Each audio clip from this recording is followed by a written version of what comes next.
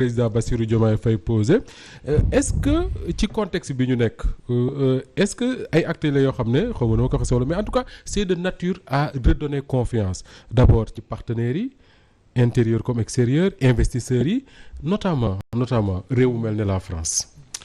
waaw moo tax sànq ma avertir. ci mauvaise publicité. parce que damay gis ci YouTube bi.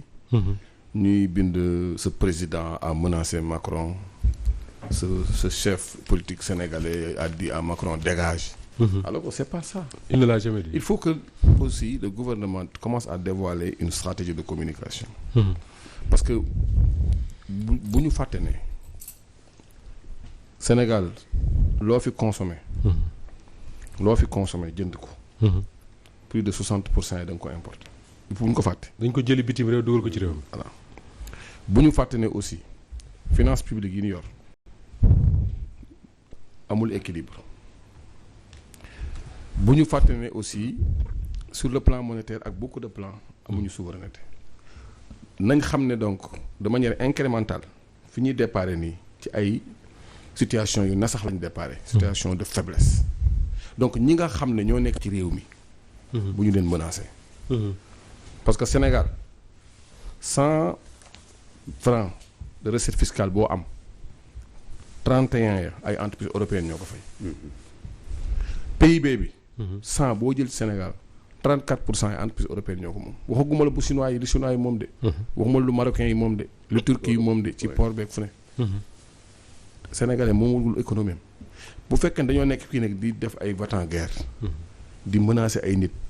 alors que ñu mën leen wax ne. faire du jambarisme comme voilà alors que dañu mën a communiquer ak ñoom ne leen ngeen yokku ñu yokku lañ bëgg. parce que IDE ak investissement étranger patrimoine la atu la mais nu ñuy fexee ba loolu tirer secteur privé sénégalais xam nga bi Japon doon développé à partir de 1945 européens yi dañoo commencé def ay débat di yàq deru Japon parce que pour ñoom c'est un jeu à somme nulle bu japonais yi développé woo rek ñoom dañuy nasax mais pourtant au moment où le Japon a pris son envol sur le plan économique à partir de 1945 c'est à ce moment-là qu'on a amorcé ce qu'on appelle les 30 glorieuses années en Europe. Donc yokkuteg Japon dafa yokk ñëpp donc fii français bi yokku fi. chinois bi yokku fi. dañ ko war a xamal nit ñi ça veut pas dire automatiquement que ni bu fi chinois bi ak français bi yokkoo ñun dañuy deltu ginnaaw. ça se passe pas comme ça c'est pas comme ça. c'est-à-dire que il faut que ñu rassurer ñi détenir économie bi jéem a liggéey ak ñoom ci ñun nan la ñuy fexee ba moom dara fii ci réew mi. parce que gis nga bi ma waxee ne. bind article jox ko waa Soleil ne leen bu ñu focaliser wu ci baisse des prix nañu focaliser ci distribution de revenus et création d'emploi parce que père de famille boo dem këram ne ko dama lay dimbali pour njëg yi ñu mën ko maîtriser danaan la yéen de njëg bu ngeen maîtriser tamit day ñëwaat yokkaat boo ne ko nag sa doom jii dul liggéey laay wutal liggéey mu yokk pouvoir d'achat famille bi loolu lay préférer donc li waa Pastef def comme promesse ci seen projet ci détails yi man ça m'engage pas. am na nag ñu ma di wax ni ma woone ma mu niru est-ce que waa Sonko ñoo la fay pour nga dem naan bu ñu focaliser wu ci augmentation ci baisse des prix parce que loolu promesse la bu ñu defoon man leen noo man da nga leen bëgg a wutal buntu pour ñu bañ a respecter seen promesse am naa sama làmmiñ boo xam ne mën naa défendre sama bopp dem naa ci ay scène ñëw naa fii pour expliquer pourquoi ma ne leen li Serigne Moustapha Sy Al Maktoum waxoon ne la révolte est un produit de luxe nee na révolte da ngay am moyen révolution yi ñu bëgg ci réew mi il faut ñu am moyens yi donc mënuñoo def li Macky Sall defoon ba am ay problème Macky dafa ñëw rek compresser prix yi def ay dépenses fiscales en termes de TVA budget état bi wàññeeku parce que PIB c'est prix fois quantité pays boo gis njëg yi ak la ñuy jaay la ñuy multiplier mu nekk PIB boo wàññee prix bi tu pénalises le PIB en volume day compressé wu recette fiscale day compressé wu ba pare nga war a jël subvention moo tax Macky amoon problème ne bëri dem France di lebi xaalis te bi ñu ñëwaatee génnaatu ci parce que dafa créer ay filets sociaux bourse sociale di dépenser social te créer richesse mu dem PSE endettement kese la mais est-ce que dañuy ñëw PSE bii ñu endettement rek la PSE 36% lañ jëlee de Sénégal mi ngi 76%. Tu payes plus de 160 milliards par mois. ci bor oui te day yokk di dans les 3 prochaines années parce que ba léegi finance publique doxul léegi nga bëgg a ñëw bëgg a financer une révolution duggaat ci même engrenage man leen bu leen def loolu man bind naa nag lu bon 5 livres ci économie sénégalaise càmbar naa ko ba mën a wax na ñu mun naa gëm man leen bu leen dugg ci loolu lu ngeen mën a communiquer leen bul dugg ci engrenage boobu sinon du ngeen fa mën dara di ngeen fi toog 5 ans yu ne phrase jeex du ngeen fi def dara. kon suñu duggee ci wàññi njëkk yi wàññi coût de la vie comme ni ñu ko waxee ak yooyu état bi xëy na agir ci subvention gi demee noonu da nga jàpp ne duñ dem fenn la solution mooy il faut que chaque Sénégalais accepte que ni day metti day dëgër pour cette pour que révolution bi am. J'ai dit que l'inflation est un des sacrifices majeurs que le peuple sénégalais doit accepter pour permettre au nouveau régime de avoir les moyens de sa révolution. D'accord. Non, c'est-à-dire que... allez-y. Non, je continue. léegi waaw. nee na wax ko ci wolof. làkk ci kàllaama. dama ne. xulil wax ko ci wolof mu dégg nga wax sénégalais ni leen. mais yow finalement am nga aw dat. am na waaw dat ba baax. leeral ko rek loolu ngay wax noonu jaay. mais c'est-à-dire que dama ne. njëg yi fi mu toll nii ñu tàmm koo dund nii. dama ne peuple sénégalais. njëg yi ñu tàmm dund nii di soox. di dund. bu fekkante ne bii comprendre nañ li mu mën a jur buñ ko laalee. ci ni ngóor gi di amee ni tàncoo pour mën a def li mu bëgg a def. nañ préféré kon ñu dund situation bii. ba ci kanam. permettre non dina am ay baisse de prix parce que man je sais que ne li ñu bëgg a def. sur le plan de la rationalisation et de l'optimisation des finances publiques. dina créer économie budgétaire yu mën a subventionner. mais loolu c'est dans la durée un peu. Oui. Parce que mënoo am lu consistant en laps de temps. Mais tout de suite là il faut pas que ñu précipité wu ci loolu bu ñu compressé PIB bi. D'accord bu ñu ko compressé rek. daf ñu dugal ci engrenage bi Macky Sall am. li ma comprendre ci sa wax Mounir mooy finalement garab du neex il faut nga gëmm guux. ah oui. il faut ñu accepter quelque chose pour essayer. c'est vrai que nag man d'accord naa ci ne promesse la boo xam ne sénégalais yi ñu ngi koy xaar. oui promesse la bu sénégalais yi xaar mais nag Moustapha ñoom ñëpp xam nañ ne.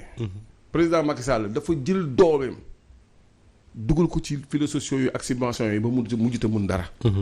na sénégalais yi xam ne kon mënuñoo duggaat ci carcan boobu. il faut que ñu xam ne li ñu war a préférer moom mooy revenu yi. ñu bàyyi ko noonu. créer ay emploi def une politique de pouvoir d'achat et d'emploi moom. d'accord alors Fatou Blondin yaa ngi dégg bu baax li professeur Mounir di wax parce que ñu bari dañu wax ne souveraineté monétaire souveraineté de notre économie une économie un peu sénégalaise wala nationaliste et tout nu ñu ko mën ci woowee est-ce que d'abord ça coûte pas cher beneen mooy est-ce que du ragalloo ñi nga xam ne ñooy investisseurs yi ñëw ci réew mi.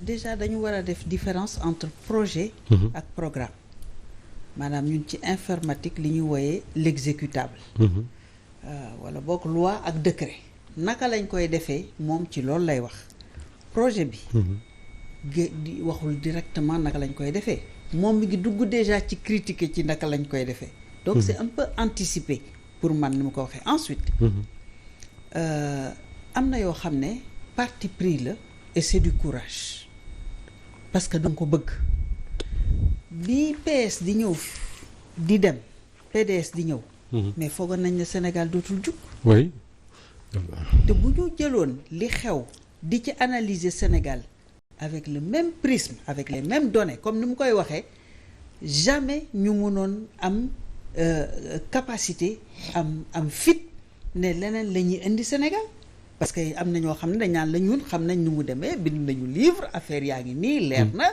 1 + 1 = 2 xanaa nga changer système de comptage voilà donc il y a des partis pris yoo xam ne dañ koy jël mais les gens restent complètement lucides parce que gis nga affaire monnaie bi bu fi jógee ba boobu sax élection yi ñëwagul bi ñu ci duggee ba ci biir mais gën nañ ko leeral c'est-à-dire que du ñu xëy suba dindi CFA dem ci beneen monnaie dañuy renégocier avec suñu partenaire jéem a dem bu fekkee ne nag dem nañ ba nga xam ne mënatuñu dem te lii ñu nekkee nii ndóol kese lay indi léegi tu choisis courageusement léegi boo jëlee doo nax nit ñi boo tànnee ne léegi par exemple dama jël réduction des prix à partir de en jouant sur la fiscalité en jouant sur li ñu koy waxee rationaliser les institutions le train de vie de l'État ak yu demee noonu comme ni ko Ousmane Sonko wax ne dinaa dem ba nga xam ne di nga nommer ministre mu ne du ma ñëw parce que lii moom dara lu neex amu ci xëy na peut-être bu ñu yeggee foofu dinañu gagner en pouvoir d'achat pour mettre sur certaines choses après maintenant est-ce qu'il faut plutôt le mettre ci ay njëg sur des prix sur des produits importés est-ce que c'est judicieux là je suis d'accord que le débat se pose est-ce qu'il faut pas le mettre sur la santé est-ce qu'il faut pas le mettre sur d'autres choses yoo xam ne c'est des filets sociaux wala loo xam ne day des ci biir Sénégal. Parce que le problème qu'on a c'est que ñun lu ñu gagné jëndi yóbbu ko ci àll bi mu dem pour jëndi leneen mu duggaat. Donc ça c'est des partis pris yoo xam ne forcément am na inconvénient dañ koy nangu. Mais moi je demeure convaincu que suñuy xool projet bi ak le prisme ni Sénégal doon doxee ak vis-à-vis de la France kese. di ko def ay affaire u dañuy xeex ak France. Macron a déjà intégré que Afrique dafa changé. ba mu wooyee jeunes yi. di wax ak ñoom moom xamoon na ne dafa changé suñu intellectuels yi ba léegi ñu ngi woon ci prisme bi ne ñun changé wuñu. ñoom ñoo xamul li xew. ñoom xam nañ ne affaire bi day changé à la kulli haal. Parce que lii dootuñu ko nangu lii dootuñu ko mën léegi.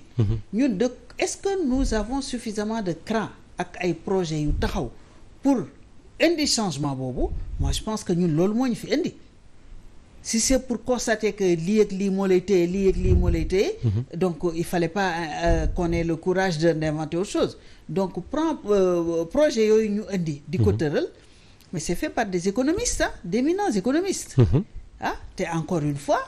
Ce sera l'épreuve de la réalité parce que defe naa ne par exemple bu ñu ne dañuy renégocier on va pas refaire la même chose que ce qu'on avait fait avec l'électricité. Nga xam ne bu ñu renégocier finalement on perd beaucoup plus que bu ñu gardé donc on en apprend. Donc loolu yëpp c'est de l'expertise yoo xam ne ñi ngi ci biir Sénégal. te Dieu sait que nit ñi yéwén nañ ci xalaat. ak jàppale. pour yëf bi dem. Oui, mais est-ce que vouloir respecter promesse su wàññi njëkk yi. wàññi le coût de la vie parce que loolu Sénégal boo ko wax rek moom d'accord na. parce que bu nekkoo ceeb li la doon jar dañ ciy wàññi nangam. il est d'accord surtout bu nekkee Sénégal bu sant Ndiaye. mais est-ce que da nga koy bëgg a respecter cette promesse là day tax nga teg état bi loo xam ne finalement du ko attan bu dootul mën a defi leneen. waaw c'est-à-dire parce que c'est ce que Mounirou pose. Ouais, je suis d'accord parce qu'il ne voit que l'économie. Que l'économie. Il y a un volet social. Dans cette affaire. Parce que pour man la réduction il ne voit que la réduction du prix moo tax ma wax par exemple. Est-ce que duñ ko def ci santé. Et il y a plein de choses à améliorer au Sénégal. Absolument. Et après c'est de la communication aussi. lii la ñu bëggoon def lii la ñu am fii ak fii lañ ko fi dugal parce que lii ak lii bu ñu ko defee li muy yàq moo ëpp li muy defar. Pour moi c'est ça. C'est-à-dire que suñu ne dañuy fexe ba suñu 14 régions yi bu ci nekk am hôpital de niveau temps. C'est peut-être plus intéressant que d'aller subventionner le riz du Vietnam. Nga xam ne dafay yokk rek suñu 160 milliards yi ñuy joxe tous les mois. Nga xam ne daf koy yokk. Pour moi c'est des équilibres comme ça maintenant qu'on est à l'épreuve de l'exercice ba pare nekk vraiment une économie boo xam ne lépp lu ñu am. lu ñu soxla dañ koy jëlee feneen boobu arbitrage la ñuy def. Qu'est-ce qu'on fait, qu'est-ce qu'on consomme localement. wàññi foofu li ñuy génne qu'est-ce qu'on produit ici loolu yëpp c'est des arbitrages. Voilà pour man daal. Au niveau économique. C'est comme ça il faut du courage. Intéressant il faudra également docteur Cheikh Seck du courage face à li ngeen ñi tuddee les injonctions de certaines organisations internationales wala boog de certaines puissances parce que defe naa dès que ñu installé le ministre des finances et son homologue du budget je ne sais pas seen premier voyage à Washington après lu ñu gis dans les journaux mooy oui les institutions de Bretton Woods nee nañ il faut revoir ceci il faut revoir cela est-ce que am nañ les reins assez solides pour que li Macky Sall wala le régime de Wade wala yeneen doon nangul ces institutions là régime bii ne du ko def parce que justement dafa bëgg souveraineté. D'abord dire que slogan